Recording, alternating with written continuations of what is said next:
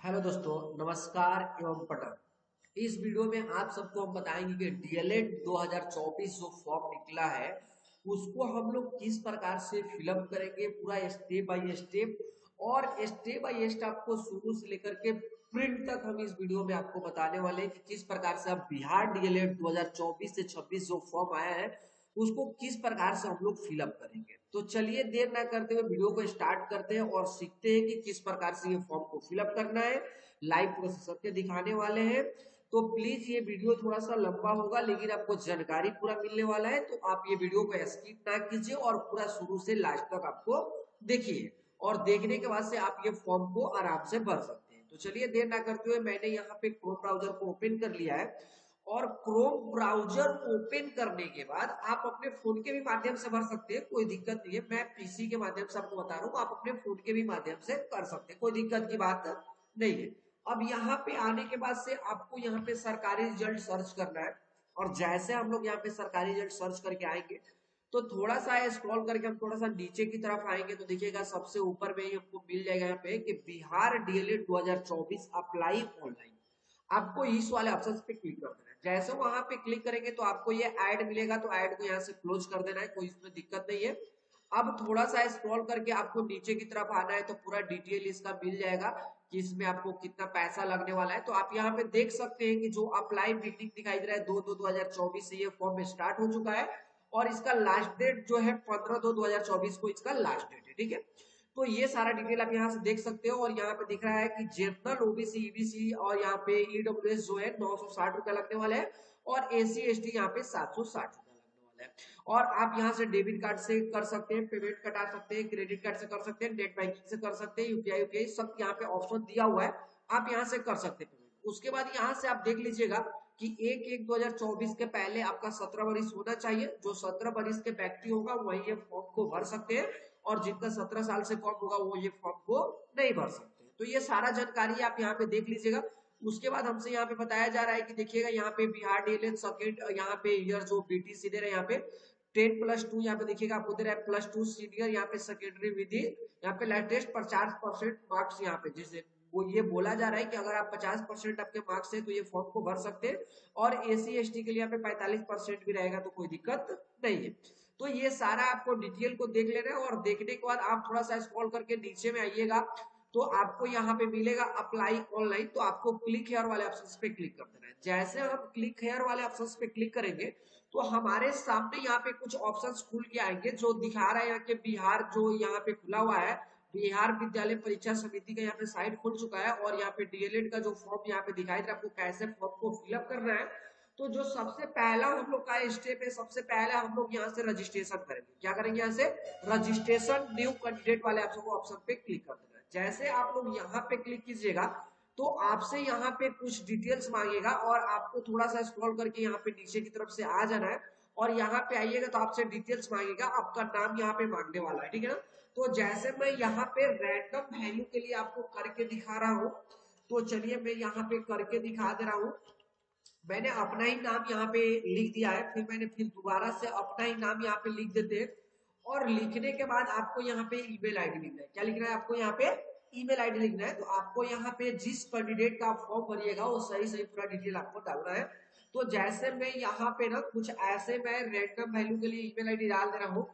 तो मैं चलिए यहाँ पे ईमेल आईडी डाल दे रहा हूँ। और ईमेल आईडी डालने के बाद आपको क्या करना है, यहाँ पे आपको अपना एक मोबाइल नंबर डालना है, ठीक है ना। तो जैसे मेरे पास जो मोबाइल नंबर है मैंने यहाँ पे क्या किया, मोबाइल नंबर को फिल कर दिया। अब यहाँ पे आपको ना ये एक पासवर्ड क्रिएट करना है कि जब हम इसको लॉग इन करेंगे ना, ये फॉर्म भरने के लिए जब हम लोग लॉग इन करेंगे तो हमसे पासवर्ड पूछा जाएगा। तो आपको ऐसा पासवर्ड बनाना है जो कि आपको याद रहे, ठीक है ना। तो जैसे मैं एग्जाम्पल के तौर पे मैं बता दे रहा हूँ कि जैसे मेरा नाम आप यहाँ पे देख रहे हैं, जो हमने नाम यहाँ पे फिलअप किया है वो नाम का आपको यहाँ पे फर्स्ट लेटर आपको यहाँ पे डाल देना है। उसके बाद आपको क्या करना है, सारा छोटा लेटर डालना है। जैसे मैं अपने नाम का फर्स्ट लेटर बड़ा डाल दिया, उसके बाद छोटा डाल दिया, उसके बाद @ हमने डाला, उसके बाद कुछ आपको नंबर वहां पे डाल देना है। फिर वही जो आपने वहां पे डाला है फिर आपको कंफर्म पासवर्ड में सेम वही पासवर्ड आपको यहाँ पे नीचे में भी डाल देना है जो कि हम लोग यहाँ पे फिलअप किए, ठीक है ना। उसके बाद आपको कुछ नहीं करना है, रजिस्टर वाले ऑप्शन पे क्लिक करना है। जैसे हम रजिस्टर वाले ऑप्शन पे क्लिक करेंगे और थोड़ा सा स्क्रॉल करके नीचे आएंगे तो यहाँ पे हमसे ओटीपी पूछा जाएगा कि जो आपने नंबर दिया है उस नंबर पे एक ओटीपी गया है, आप वो ओटीपी को यहाँ पे फिलअप कीजिए। तो मैंने ये मेरे मोबाइल पे ओटीपी आया था, मैंने यहाँ पे फिलअप कर दिया और रजिस्टर वाले ऑप्शन पे क्लिक कर देना है। जैसे हम इतना करेंगे उसके बाद से देखिएगा यहाँ पे जैसे हम रजिस्टर वाले ऑप्शन पे क्लिक करेंगे तो यहाँ पे देखिएगा लिख रहा है कि यूजर रजिस्टर्ड सक्सेसफुली, यानी ये पोर्टल पे हम लोग रजिस्टर हो चुके हैं। अब मेन बात आता है कि फॉर्म भरेंगे कैसे। तो आपको क्या करना है, देखिएगा यहाँ पे लॉगिन के लिए आपसे पूछा जा रहा है कि जिस नंबर से आपने रजिस्टर किया है वो नंबर आपको यहाँ पे डालना है और पासवर्ड जो आपने बनाया था वो डालना है और लॉगिन वाले ऑप्शन पे क्लिक करना है। तो चलिए मैंने जो नंबर वहां पे डाला था वो नंबर हमने यहाँ पे फिलअप कर दिया और उसके बाद से हमने जो पासवर्ड वहां पे बनाया था वो पासवर्ड हम यहाँ पे फिलअप कर दिए। और करने के बाद से आपको लॉगिन वाले ऑप्शन पे क्लिक करना है। जैसे हम लॉगिन वाले ऑप्शन पे क्लिक करेंगे तो यहाँ पे जो एप्लीकेशन फॉर्म हमको भरना है हम लोग वहां पे आ चुके हैं। और आने के बाद देखिएगा सबसे पहले हम लोग को किस प्रकार से फॉर्म को भरना है, तो रजिस्ट्रेशन फॉर्म हम लोग का ओपन हो चुका है। अब देखिएगा यहाँ पे आ रहा है BSEB यूनिक आईडी। तो अगर आपको ये पता नहीं है कि कहाँ पे है तो मैं आपको बता दे रहा हूँ, जो आपका इंटर का एडमिट कार्ड होगा ना उसी पे ये आपको BSEB यूनिक आईडी मिलेगा। अगर आपके पास है तो ठीक है और नहीं है तो कोई दिक्कत की बात नहीं है, आप इसको छोड़ सकते हैं, कोई दिक्कत इसमें नहीं है तो डालिए, नहीं है तो छोड़ दीजिए, कोई दिक्कत नहीं है। उसके बाद आपको क्या करना है, यहाँ पे अपना डिस्ट्रिक्ट चूज करना है, जिस डिस्ट्रिक्ट से आप आते हैं वो डिस्ट्रिक्ट आपको यहाँ पे चूज कर लेना है। उसके बाद आपका नेशनलिटी ऑटोमेटिक यहाँ पे आ जाएगा, कोई दिक्कत नहीं है। उसके बाद आप जो नाम से रजिस्ट्रेशन किया वो नाम आपका यहाँ पे शो करने लगेगा। उसके बाद आपको यहाँ पे अपने मम्मी का नाम भरना है, जो भी आपके इंटर के मार्कशीट पे हो, 10th के मार्कशीट पे हो, आपको उसी के अकॉर्डिंग आपको यहाँ पे सारा डिटेल अच्छा से फिलअप करना है, जैसे मैं यहाँ पे फिलअप कर रहा हूँ, ठीक है ना।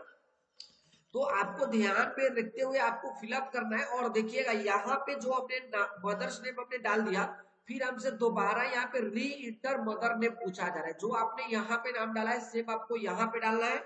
और ये बार बार डिटेल भरने का मतलब ये हो गया कि इसमें सुधार का ऑप्शन नहीं है।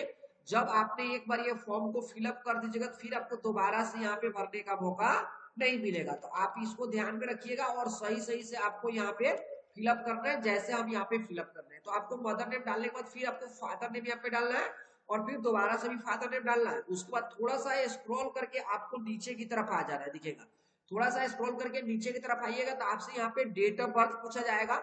तो जो भी आपका डेट ऑफ बर्थ है आपको यहाँ पे डाल देना है, जैसे मैं यहाँ पे डाल रहा हूँ उसी प्रकार से आपको यहाँ पे अपना डेट ऑफ बर्थ डाल देना है। और डालने के बाद से क्या करना है, आगे बढ़ना है। फिर दोबारा से यहाँ पे आपसे डेट ऑफ बर्थ पूछा जाएगा, यानी सारा डिटेल आपको यहाँ पे दोबारा आपको क्या करना है, फिलअप करना है। और फिलअप करने के बाद से जैसे हम लोग यहाँ पे अपना डेट ऑफ बर्थ डालेंगे वहां पे हमको बता देगा कि आपका डेट कितना, माने कितना एज आपका हो गया है। तो सारा आपको यहाँ पे कैलकुलेट करके बताने वाला है कि 2024 के अनुसार आपका 23 साल 3 महीना 11 दिन के आप हो चुके हैं। तो ये आपको कैलकुलेट करके यहाँ पे बताया जा रहा है, ठीक है। अब उसके बाद यहाँ पे आइएगा तो आपसे जेंडर पूछा जाएगा, तो आप मेल है तो मेल, फीमेल है तो फीमेल, ट्रांसजेंडर है तो ट्रांसजेंडर। तो मेल है तो आपको फिर यहाँ पे एक बार और मेल भरना पड़ेगा, यानी सारा डिटेल दोबारा आपको डालना है, ठीक है। उसके बाद यहाँ पे आ जाइएगा तो are you a domicile of Bihar state, क्या आप बिहार के निवासी है या नहीं है। तो अगर आप बिहार के निवासी है तो आपको यस वाले आइकन पे क्लिक करना होगा और आपको यहाँ पे अपना डोमिसाइल यानी आपका यहाँ पे निवास प्रमाण पत्र आपको यहाँ पे अपलोड करना होगा। तो चलिए मैं यहाँ पे अपलोड वाले आइकन पे क्लिक करूंगा और अपलोड वाले आइकन पे क्लिक करने के बाद से मेरे पास है तो मैं चलिए यहाँ पे निवास प्रमाण पत्र दिखेगा, यहाँ पे मैंने निवास लिखा है, मैंने निवास यहाँ पे अपलोड कर दिया। और जैसे आप यहाँ पे अपलोड कीजिएगा तो ये लिखेगा फाइल अपलोड सक्सेसफुली, ठीक है। तो आपको यहाँ से अपलोड कर देना है। थोड़ा सा फिर आपको स्क्रॉल करके नीचे की तरफ आना है और जैसे हम नीचे की तरफ आएंगे तो फिर हमसे यहाँ पे कैटेगरी पूछा जाएगा कि भाई आप बिहार से जब आते हैं तो आप किस कैटेगरी से आते हैं।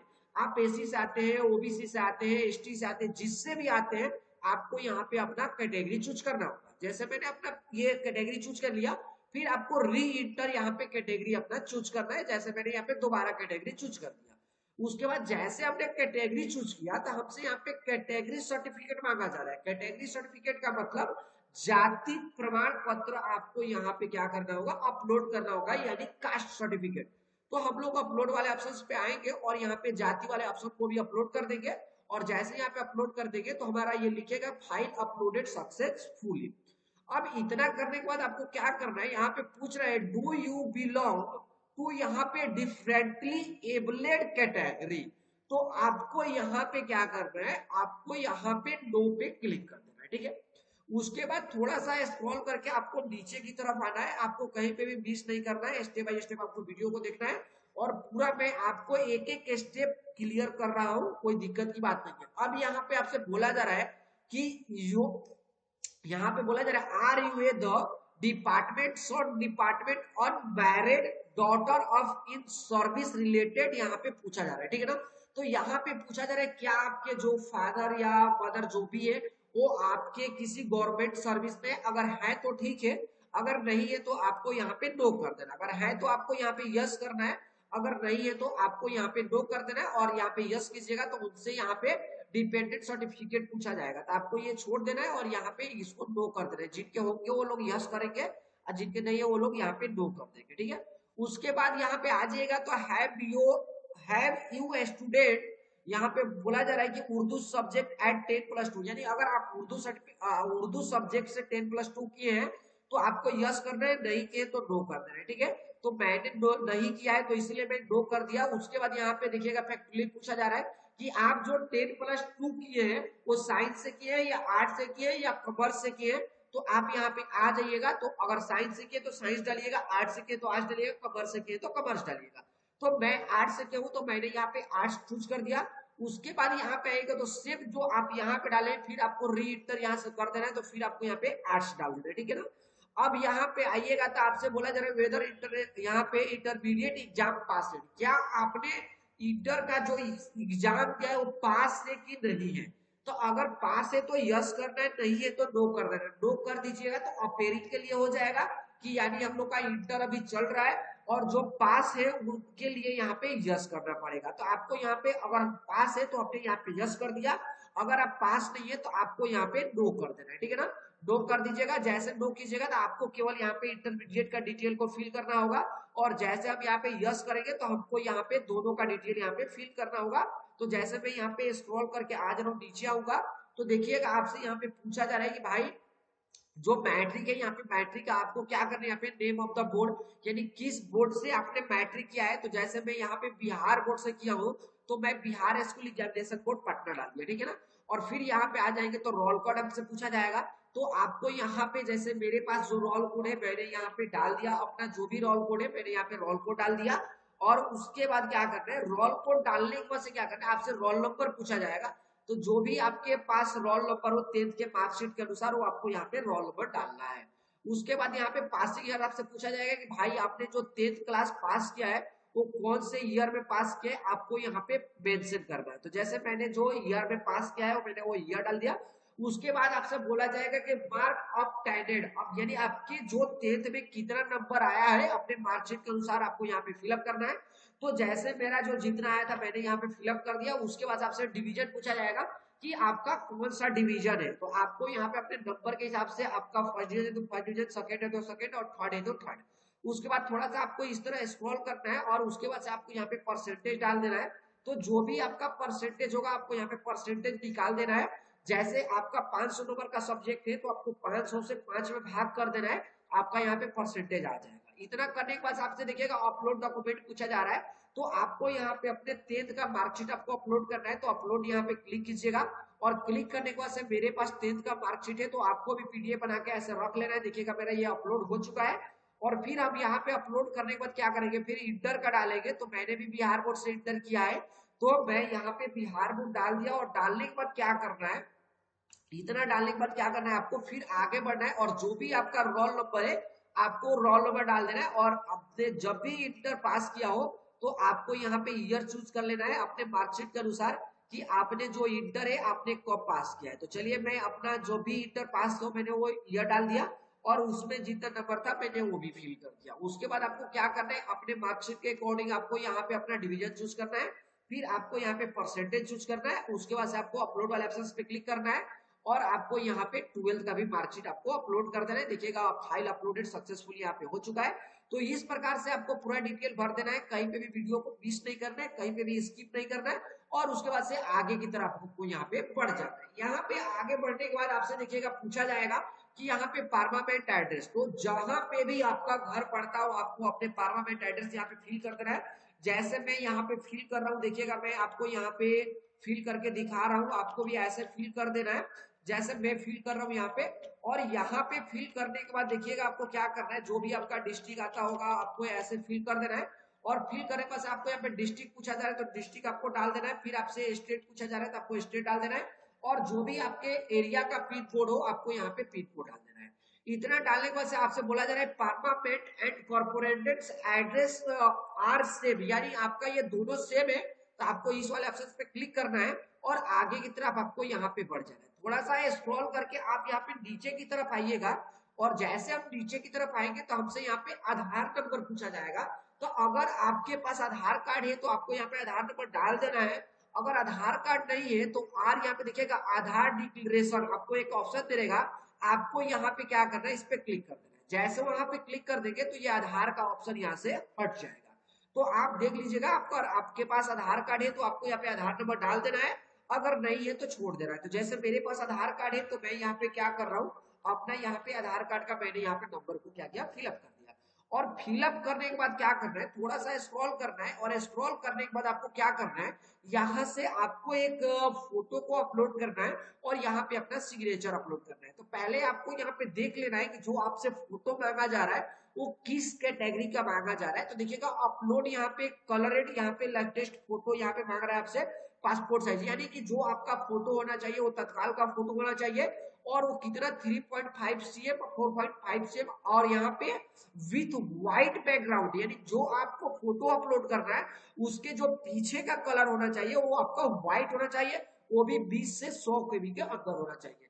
सेम आपको सिग्नेचर में भी करना है कि जो भी आप सिग्नेचर कीजिएगा तो आपको व्हाइट पेपर पे आपको सिग्नेचर करना है, ये जो भी आप पेपर पे साइन कीजिएगा सादा पेपर पे साइन करना है, और उसको यहाँ पे 10 से 50 केबी के बीच में अपलोड करना है। अगर आपको केबी बनाने में दिक्कत हो रहा है या अपलोड नहीं हो रहा है, जैसे आपको क्या करना है, यहाँ पे अपलोड वाले ऑप्शन पे क्लिक करना है, और मेरे पास देखिएगा एक रैंडम वैल्यू फोटो है, तो मैं क्या करूंगा, ये रैंडम फोटो को यहाँ पे अपलोड कर दूंगा, और यहाँ पे देखिएगा फाइल अपलोडेड सक्सेसफुली यहाँ पे लिख रहा है, ठीक है ना।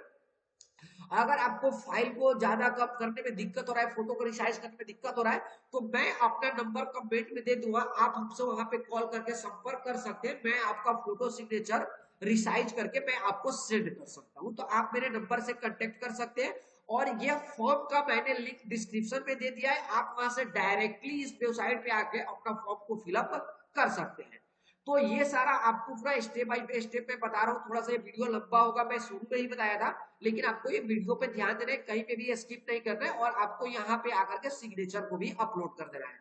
तो देखिएगा मैं यहाँ पे सिग्नेचर अपलोड कर रहा हूँ, तो आपसे बोला जा रहा है कि ये जो सिग्नेचर है ये 10 से 50 केबी के बीच नहीं है, तो इसको कैसे अपलोड करेंगे। तो देखिएगा मेरे पास रैंडम वैल्यू फोटो था तो मैंने अपलोड कर दिया, मैं यहाँ पे पेंट को खोला हूँ, और उसके बाद से मैं ये सिग्नेचर जो रैंडम है इसको मैंने ले लिया, और मेरे को यहाँ पे 9.7 केबी यहाँ पे दिखाई दे रहा है। तो आपको क्या करना है, यहाँ पे रिसाइज वाले ऑप्शन पे आ जाना है, और आपको फिक्सल पे यहाँ जाना है, और जो यहाँ पे 300 यहाँ पे आना दिखा रहा है, मैंने यहाँ पे 350 करके उसको ऊपर किया और कंट्रोल एस कर दिया। देखिएगा मेरा 10.3 केबी का यहाँ पे हो चुका है।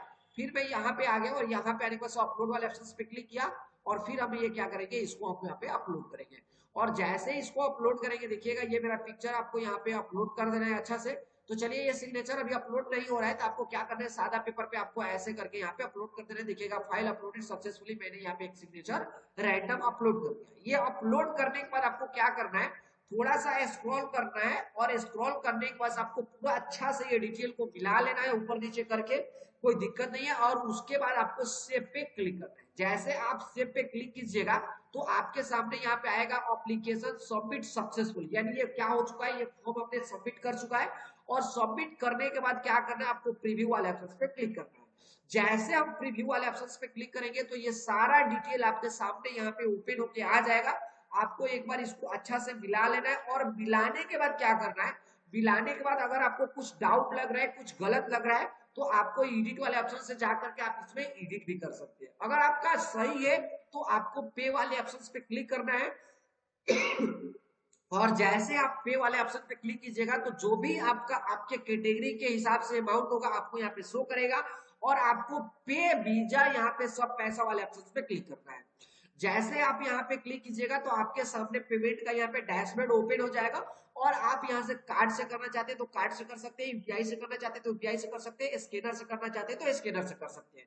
तो ये सारा डिटेल आपको क्या करना है, मेरे को स्कैनर से करना है तो हम यहाँ पे स्कैनर पे आ जाएंगे, और देखिएगा आपका ये जीएसटी वीएसटी जोड़ के आपको यहाँ पे 973 रुपए कर दिया है, जो कि हम लोग का 900 यहाँ पे 60 रुपए का 13 रुपए एक्स्ट्रा लगने वाला है। ठीक है, तो आपको यहाँ पे क्या करना है, जेनरेट क्यूआर कोड वाले ऑप्शन पे क्लिक कर देना है। जैसे आप यहाँ पे क्लिक कीजिएगा तो आपके सामने क्या हो जाएगा, आपको अपने पेफोन से इसको स्कैन कर लेना है, और स्कैन करने के बाद से आपको इसको पेमेंट कर देना है। पेमेंट जैसे हम लोग क्लियर कर देंगे तो हमारे सामने ऑप्शन कुछ इस प्रकार से आएगा। जैसे आपका पेमेंट हो जाएगा तो आपको यहाँ पे पेमेंट सक्सेसफुली का ऑप्शन आ जाएगा, और ऑप्शन आने के बाद आपका ये पेमेंट हो जाएगा। उसके बाद से आपको यहाँ पे क्या करना होगा, डाउनलोड रजिस्ट्रेशन फॉर्म वाले ऑप्शन पे क्लिक करना होगा। जैसे हम लोग यहाँ पे क्लिक करेंगे तो हमारा फॉर्म हमारे सामने आ जाएगा, और उसको प्रिंट निकाल के आपको रख लेना है। तो आई होप ये वीडियो आपको बहुत अच्छा लगा होगा। आप ये वीडियो के माध्यम से अपना फॉर्म भर सकते हैं, कोई इसमें दिक्कत की बात नहीं है।